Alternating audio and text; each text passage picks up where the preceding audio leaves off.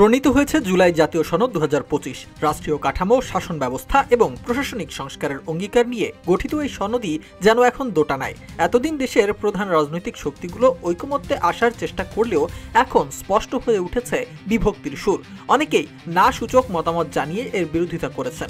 এমন পরিস্থিতিতে জনগণের মাধ্যমে যদি এই সনদের বিরুদ্ধে না ভোট বিজয়ী হয়, তবে সেই সিদ্ধান্ত দেশকে কোন দিকে এগিয়ে নিয়ে যাবে সেটি এখন বড় প্রশ্ন। মূলত ঐকমত্য কমিশনের পক্ষ থেকে সনদ বাস্তবায়নের রূপরেখা সরকারকে প্রদানের পর থেকে এ নিয়ে শুরু হয়েছে বিতর্ক। বিএনপির অভিযোগ, সনদে সই করার পর এর বেশ কিছু বিধান পাল্টে দিয়েছে কমিশন। পাশাপাশি বাদ দেওয়া হয়েছে বিভিন্ন দল থেকে আসা নোট অব ডিসেন্ট। এমন অবস্থায় বিপরীত অবস্থানে দাঁড়িয়েছে বিএনপি, জামায়াত, এনসিপিও ধারাবাহিকভাবে বিএনপির বিরোধিতা করে আসছে। আবার নিজেদের অবস্থানে অনড় বিএনপি এবং তাদের সমমনা দলগুলো।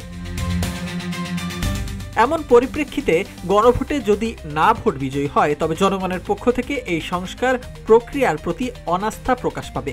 এর ফলে একটি শক্তিশালী ও জবাবদিহিমূলক রাষ্ট্র গঠনের যে ঐতিহাসিক সুযোগ তৈরি করা হয়েছে তা হাতছাড়া হবে।